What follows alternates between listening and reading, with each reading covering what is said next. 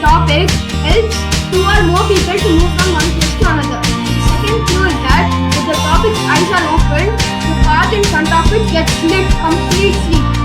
I guess you all are almost sleeping. The third clue is that when the topic is moving, the people make way for as much faster as they can.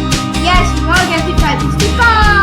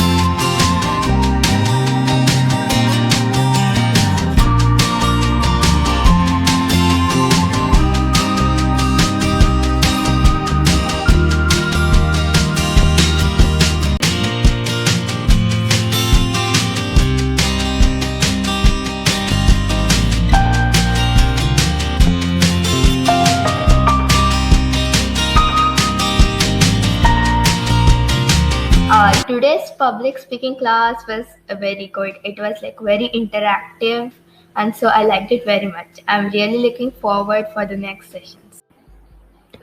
I like this session very much because I like to speak in front of audience and convince them. Thank you.